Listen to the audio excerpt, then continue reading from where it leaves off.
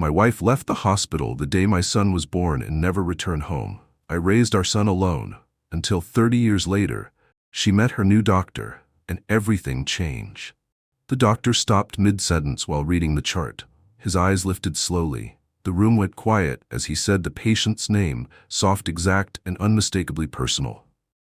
I wasn't there for that moment. Jonah told me about it later, voice steady, hands wrapped around a coffee mug in my kitchen. But I can see it clearly, the way time must have stopped, the way recognition hit him like cold water.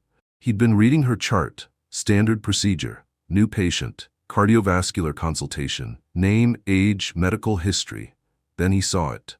Merelda Harthorn, his mother's name, the name I'd only spoken once in 30 years, the day he asked about her when he was 7. The name that existed in hospital records and legal documents but nowhere else in our lives. Jonah looked up from the chart. She was sitting on the examination table, nervous, fidgeting with the hospital bracelet on her wrist. She didn't recognize him, didn't see herself in his face, in his hands, in the shape of his jaw. But he saw her, immediately, completely, and the room went quiet. She laughed, uneasy, and asked if something was wrong. He didn't respond. He studied her face like it belonged to a memory he'd never forgotten. Jonah told me her laugh was the same. High-pitched, a little forced, the kind of laugh people use when they're nervous and trying to fill silence. "Is everything okay, doctor?" she asked. Her voice wavered. He didn't answer right away, just stood there, chart in hand, looking at her, really looking at her, taking in the lines around her eyes, the gray in her hair, the way she sat, shoulders hunched, defensive, like she was bracing for bad news. She shifted on the table. The paper crinkled. "Doctor?" He set the chart down, crossed his arms, and when he finally spoke, his voice was calm, professional. But underneath, there was something else. Something she didn't recognize yet, but would. "I'm fine," he said, "just processing." She frowned, didn't understand, and he didn't explain, not yet. Just picked up the chart again, read her vitals, her history, the reason she was there, and tried to remember how to breathe. Then he spoke, calm and level. "You left me the day I was born." Her smile vanished. The silence that followed felt heavier than any sound. Merelda's face went pale. Her mouth opened, closed, opened again. No words came out. She stared at him, really stared, and for the first time she saw it. The resemblance, the eyes she'd looked at once, 30 years ago, in a hospital room she'd walked out of and never returned to. "What?" she whispered. Jonah didn't repeat himself, just stood there, arms still crossed, face unreadable, professional, detached, but his jaw was tight. "I'm Dr. Jonah Harthorn," he said, "your attending physician." The name hit her like a punch. Harthorn, her last name, his last name, the name she'd left behind when she walked out of that maternity ward. She shook her head. No, this can't be." "It is," Jonah said quietly, "and I'll be overseeing your care." Her hand started shaking. She gripped the edge of the exam table.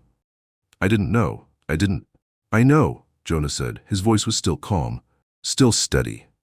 "You didn't know, but I did. I've always known." And then he picked up his stethoscope and got to work. "My name is Caleb Harthorn. 30 years ago, my wife walked out of the maternity ward without our newborn son and never came back. I was 23.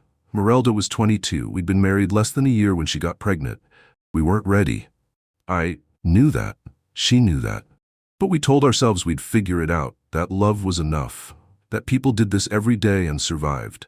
I believed it. She didn't. The labor was long, 18 hours. I stayed the whole time. Held her hand, wiped her forehead, told her she was doing great, even when she screamed that she couldn't do this anymore. When Jonah was born, they placed him in Merelda's arms. She looked down at him, and I saw it. The moment she decided, she didn't cry, didn't smile, just stared at this tiny, perfect human and looked empty.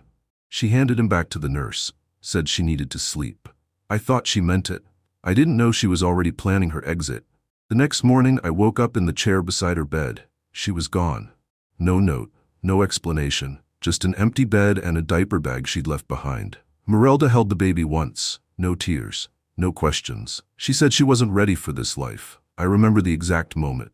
The nurse had brought Jonah back after his first round of tests. Healthy, perfect, 10 fingers, 10 toes.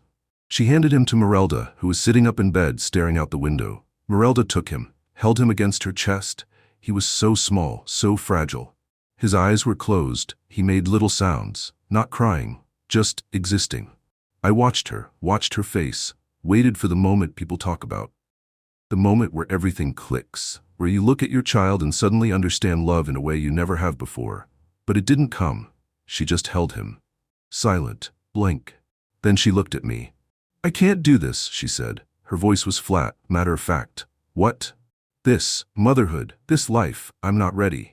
"No one's ready," I said. "We'll figure it out." She shook her head. "No, you will, I won't." She handed Jonah to me, turned away, and that was the last time she touched him. She left before the forms were signed, before his name was written anywhere official. I woke up the next morning to find her gone. Her clothes, her purse, the small bag she'd packed for the hospital, all of it. Gone. I panicked, ran to the nurse's station, asked if anyone had seen her. They checked the records. She'd checked herself out at 4 a.m., against medical advice, no forwarding information, no contact number, just gone. I went back to the room. Jonah was in the bassinet, asleep, peaceful, unaware that his mother had just walked out of his life before it had even really begun. The nurse came in, asked if I was okay. I nodded, lied, said my wife had to leave for a family emergency, that she'd be back. But I knew she wouldn't, knew I was on my own, knew that from this moment forward, it was just me and this tiny human who didn't even have a name yet. I signed the birth certificate alone. Caleb Harthorne, father. Mother, Merelda Harthorne, present at birth. Gone before discharge, I named him Jonah, because it means dove, and I needed him to be a symbol of peace in the wreckage she'd left behind. I raised Jonah alone, midnight feedings, childhood fevers, school mornings filled with quiet. It wasn't easy. I was 23, broke, terrified. I didn't know how to change a diaper, didn't know the difference between a onesie and a sleeper, didn't know that babies needed to be burped or they'd spit up everywhere. I learned, through trial and error, through sleepless nights and Google searches at 3 a.m., through crying in the bathroom while Jonah cried in the other room because I didn't know what else to do. But I figured it out. I worked construction during the day. My mom watched Jonah while I was gone. I came home covered in drywall dust and exhaustion, fed him, bathed him, put him to bed, then collapsed on the couch and did it all over again the next day. As he got older, it got easier and harder. Easier because he slept through the night, because he could tell me what he needed, because he became a person with thoughts and preferences and a personality that made me laugh even on the worst days. Harder because he started asking questions I didn't know how to answer. Questions about mothers and families and why we didn't look like everyone else. Once he asked where his mother was. I told him she wasn't ready to be one. He was 7. We were at the park. He'd been watching a mom push her daughter on the swing. He turned to me, face serious. "Where's my mom?" I'd been dreading that question for years, practicing answers in my head, trying to find the right words, words that were honest but didn't hurt, words that explained without blaming. I sat down on the bench, patted the spot next to me. He climbed up. "Your mom isn't here," I said slowly. "Why not?" "Because she wasn't ready to be a mom." He thought about that, swung his legs. "Will she ever be ready?" I wanted to lie, wanted to say yes, wanted to give him hope, but I didn't. "I don't know," I said, "but I'm here, and I'm ready, and that's enough." He nodded, looked at the swings. Okay, and that was it. He never asked again, never brought her up, never seemed to need her. He just accepted it, accepted me, accepted our life, and moved forward. After that, I never said her name again. Merelda became a ghost, not someone we talked about, not someone we missed, just absent. I packed away the few things she'd left behind, a sweater, a photo from our wedding. Her name on legal documents I stored in a box in the attic. I didn't hate her, didn't spend years angry or bitter, I just let her go. Let go of the idea that she'd come back, that she'd change her mind, that one day she'd show up and want to be part of Jonah's life. I focused on what I could control, being present, being steady, being the parent Jonah deserved. And I tried not to think about what he'd lost, about the mother who'd chosen to leave, about the conversations they'd never have, the moments she'd miss, the life she'd abandoned. Because thinking about it didn't change anything. She was gone. We were here. And that was all that mattered. Jonah grew up observant and gentle, kind in ways that didn't ask for praise. He was a quiet kid, thoughtful, watched more than he spoke, helped without being asked. Once, when he was 9, I came home to find him cooking dinner. Mac and cheese from a box. He'd seen me struggling, seen how tired I was, and decided to help. He didn't make a big deal out of it, just shrugged when I thanked him. "You work hard," he said. "I can help." He did that a lot. Small gestures, big impact. Helped elderly neighbors carry groceries. Tutored classmates who were struggling. Volunteered at the animal shelter on weekends. Not because it looked good. Not because anyone was watching. Just because it was the right thing to do. People noticed. Teachers called him mature for his age. Parents said I'd raised him well. But I didn't feel like I'd done anything special. I'd just been there, consistently. And Jonah had grown into himself. Into someone kind and thoughtful and deeply, quietly good. I was proud of him. Not just because he was successful or smart or capable, but because he was kind. And in a world that didn't always reward kindness, he chose it anyway. He studied harder than anyone I knew, not to prove something, but because it mattered. School came easy to Jonah. Not because he was naturally brilliant, though he was smart, but because he worked. Really worked. Stayed up late studying, asked questions, took notes, cared about understanding, not just memorizing. In high school, his guidance counselor asked what he wanted to do. He said he wanted to help people. She asked how. He said he didn't know yet, just knew he wanted to make a difference. By junior year, he'd decided. Medicine. He wanted to be a doctor, not for the money, not for the prestige, but because it felt right. Because he'd spent his childhood watching me struggle, watching people struggle, and he wanted to be the person who made things better. I asked if he was sure, if he understood how hard it would be, how long, how expensive. He nodded. "I'm sure." And I believed him. Because when Jonah decided something, he followed through. Always, without exception. When he said he wanted to be a doctor, I didn't ask why. I trusted the quiet certainty in his voice. He applied to colleges, got into a good pre-med program. I helped how I could, co-signed loans, worked overtime, made sure he had what he needed. He worked too, held 2 jobs through undergrad, studied between shifts, slept less than anyone should, but he never complained, never asked for more than I could give, just kept moving forward, steady, determined, focused. When he got into med school, I cried, not because I doubted him, but because I was proud, because he'd worked so hard, because he'd become the kind of person the world needed. And because I knew Merelda had no idea what she'd missed, no idea who he'd become, no idea that the baby she'd walked away from had grown into someone extraordinary. And part of me, small, petty human, was glad she didn't know. Glad she'd lost the chance, glad the world would see what she'd thrown away. He paid his way through school, never searched for her, never asked. Medical school was brutal. Long hours, impossible exams, constant pressure. Jonah handled it, worked night shifts at a clinic, took out loans, applied for every scholarship he could find. I helped when I could, sent money when I had it. But mostly, he did it himself. And through all of it, through the stress and exhaustion and moments when I knew he wanted to quit, he never once mentioned her. Never asked if I knew where she was, never wondered if she'd be proud, never seemed to need her validation. I asked him once during his 2nd year if he ever thought about finding her. He looked up from his textbook, thought for a moment. "No," he said simply. "Why not?" He shrugged. "What would be the point? She made her choice, I made mine. We're not part of each other's lives." "Do you resent her?" "No," he said, and I believed him. Because Jonah didn't carry resentment, didn't hold grudges, he just accepted reality and moved forward. It's who he was, who he'd always been. By the time he finished residency, he had already saved lives, without ever knowing he'd one day face the one who left his. Jonah specialized in cardiology. Chose it because heart disease ran in my family, because he wanted to help people like me, people who worked too hard and stressed too much and didn't take care of themselves. He was good at it, really good. Patients loved him, said he listened, said he cared, said he made them feel safe. He finished his residency at 30, got hired at a major hospital, started seeing patients, started making a difference. And through all of it, I watched him with this mix of pride and heartbreak. Pride because he'd become everything I'd hoped.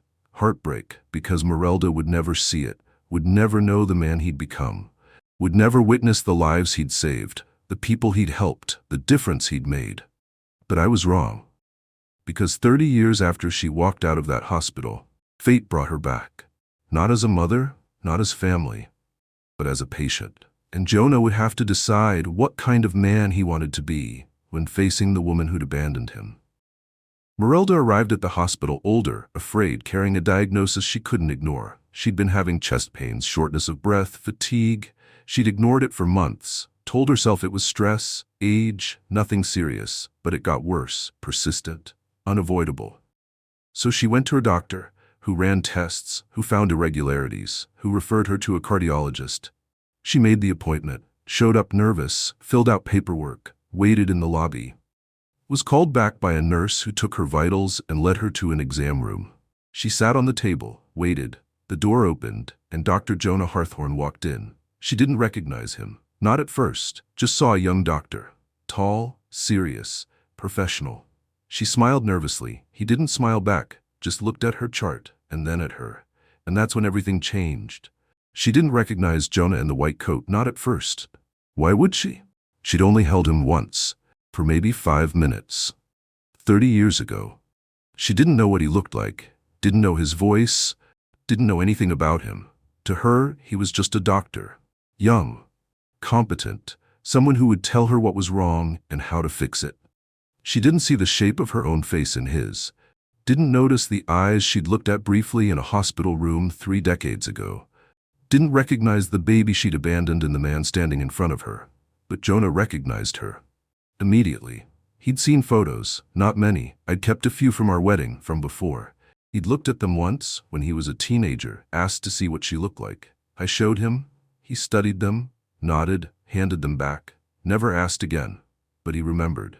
And when he walked into that exam room and saw her sitting there, older but unmistakable, he knew exactly who she was and what she'd done. He recognized her immediately. The years disappeared in a single breath. Jonah told me later that his first instinct was to walk out, to tell the nurse there was a conflict, to pass her case to another doctor. But he didn't. He stayed, because walking away would have been easier. And Jonah had never chosen easy. He stood there, chart in hand, looking at the woman who'd left him, who'd decided he wasn't worth staying for, who'd walked out before he'd even had a name. And he felt nothing. Not anger, not hurt, not curiosity. Just a strange, detached observation. This is her. This is the person who gave birth to me and left. She's real. She's here. And she has no idea who I am. He could have told her right away, could have announced himself, made the moment about confrontation, but he didn't. He introduced himself, took her history, asked about her symptoms, acted professional, and waited. Waited for the right moment, the moment when the truth would land hardest. When he told her he would be her attending physician, her hands began to tremble. She tried to argue, tried to say this wasn't appropriate, that there had to be someone else, that this was a conflict of interest. Jonah listened, calm, patient. Then he said, "There's no conflict. You're not my mother. You're my patient, and I'll treat you accordingly." The words cut deeper than shouting ever could. "You're not my mother." She opened her mouth, closed it. Tears filled her eyes. "Jonah." "Dr. Harthorn," he corrected gently. She nodded, wiped her eyes. I didn't know you were a doctor here, alive?" He didn't say it cruelly, just factually. "You wouldn't. You never asked." She flinched. "I'm sorry." "I'm sure you are," Jonah said, "but that's not why we're here. We're here because you have a cardiovascular issue that needs to be addressed, and I'm the best person to do that." Wasn't bragging, just stating fact. She swallowed hard. "Can't someone else?" "No," Jonah said. "I'm your attending, and I'll do my job, just like I do for every patient." Then he picked up his stethoscope and got to work. She asked if this was some kind of mistake. He replied evenly, "No, this is my responsibility." Merelda couldn't stop shaking. She sat there while Jonah examined her, listened to her heart, checked her lungs, asked questions in that calm, professional voice. She answered, barely. Her voice kept breaking. He didn't acknowledge it, didn't comfort her, just took notes, ordered tests, explained the next steps. When he finished, he stepped back. "We'll schedule you for an echocardiogram. The nurse will give you the details." "Jonah, Dr. Harthorn, please, can we talk?"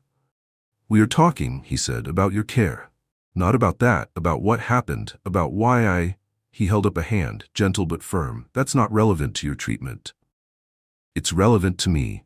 "Then you can talk to someone else about it," Jonah said. A therapist, a friend, but not me. I'm your doctor, not your son. The words landed like stones, heavy, final. She nodded, tears streaming down her face, and Jonah walked out of the room, closed the door behind him, stood in the hallway, and finally let himself feel something. Not anger, not hurt, just a deep, quiet sadness for the life she'd missed and the relationship that would never exist. Jonah treated her with care, precision, professional distance. Over the next 2 weeks, Jonah saw Merelda 3 more times, reviewed her test results, explained her diagnosis, outlined a treatment plan.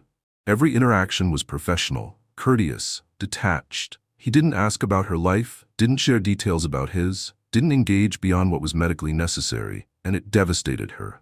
She tried to connect, asked about his childhood, his education, his life. He deflected, redirected the conversation back to her health, back to the reason she was there. She asked if he was happy. He said, "Let's focus on your treatment." She asked if he ever thought about her. He said, "Your blood pressure is elevated. We need to address that." She asked if he hated her. He looked at her, really looked at her, and said, "No, I don't hate you. I don't feel anything about you at all." That hurt worse than hatred ever could. Because hatred requires care, requires emotional investment, requires the person to still matter. But indifference? Indifference meant she didn't matter, had never mattered, would never matter. And Merelda realized she'd lost something she'd never even tried to keep. She tried to apologize. He raised a hand gently and stopped her. It was during her final appointment. Treatment plan established, prognosis good. She was being discharged. Merelda sat in the exam room. Jonah was reviewing her discharge instructions. She interrupted. "Dr. Harthorne, Jonah, please. I need to say this." He paused, set down the clipboard, looked at her. "I'm sorry," she said. Her voice broke. "I'm so sorry. I was young, I was scared, I wasn't ready, and I know that doesn't excuse it. I know I should have stayed, should have tried, should have—" Jonah raised his hand, gentle but firm. "Stop." She stopped, tears streaming down her face. "I don't need your apology," he said quietly. "I don't need your reasons. I don't need anything from you." "But you made a choice 30 years ago," Jonah continued, "and I respect that choice. You weren't ready. You left, and my dad raised me, alone, and he did a good job, a great job. I had everything I needed, except a mother.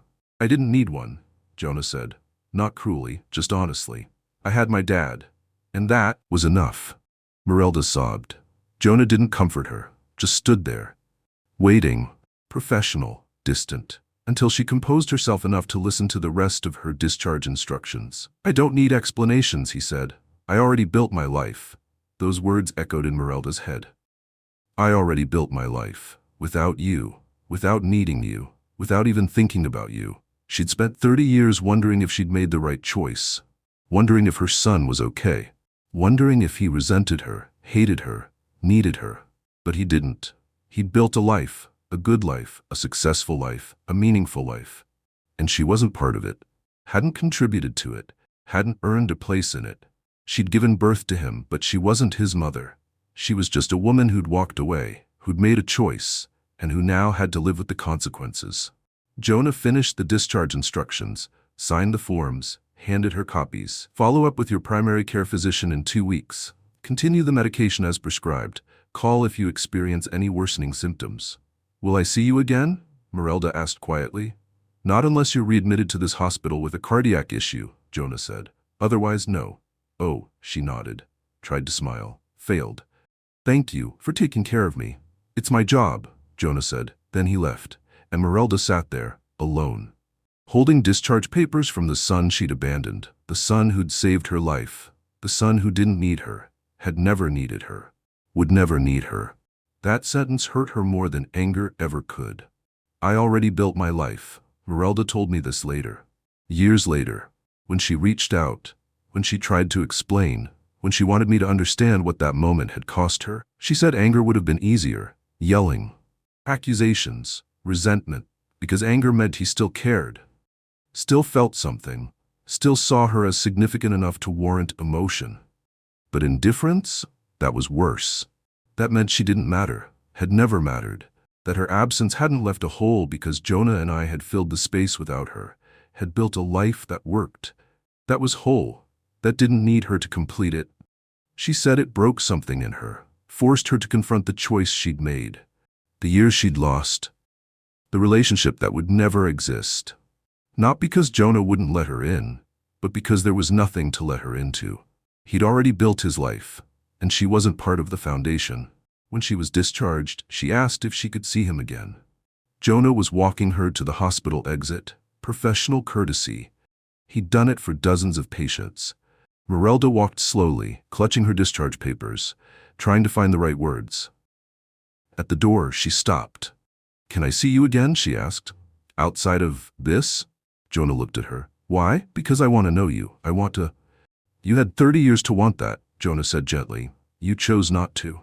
"I was scared. I know. I was young. I know. I made a mistake." "I know," Jonah said, "and I forgive you. But forgiveness doesn't mean relationship. It just means I'm not carrying anger. You made your choice. I made mine. We're both living with the consequences. So that's it. You'll never give me a chance." "I didn't say that," Jonah said. "I said I've already built my life.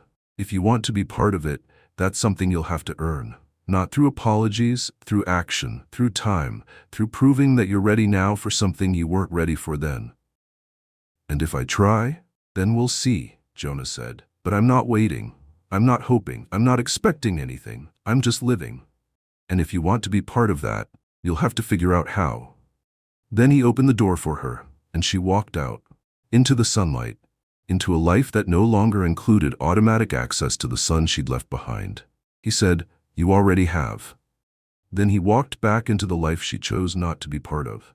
Jonah called me that night, told me everything. I listened, didn't interrupt, didn't offer advice, just let him process. When he finished, he was quiet for a long time. Then he said, "Did I do the right thing?" "What do you think?" I asked. I think I was fair. I treated her. I didn't punish her. I didn't make it harder than it had to be. But I also didn't pretend we have a relationship we don't have." "That sounds right to me. Do you think I should give her another chance?" "I think that's up to you," I said. "Not me, not her. You." He was quiet again. Then, softly, "I don't hate her, Dad. I know. But I don't need her either." "I know that too." "Is that okay?" "It's more than okay," I said. "It's honest, and that's all you owe anyone, the truth." He sighed, relieved. "Thanks, Dad. Always." We hung up. And I sat there in my kitchen, thinking about Merelda, about the choice she'd made, about the life she'd missed, about the man Jonah had become. And I realized she'd already seen him, had already been given a chance to witness who he was, what he'd become, how he treated people, how he carried himself, how he saved lives. She'd seen all of that, and if that wasn't enough to show her what she'd lost, nothing would be. Jonah walked back into his life, the life he'd built, the life she'd chosen not to be part of. And he was okay. We were okay. We'd always been okay. And that, more than anything, was the quiet justice fate had delivered.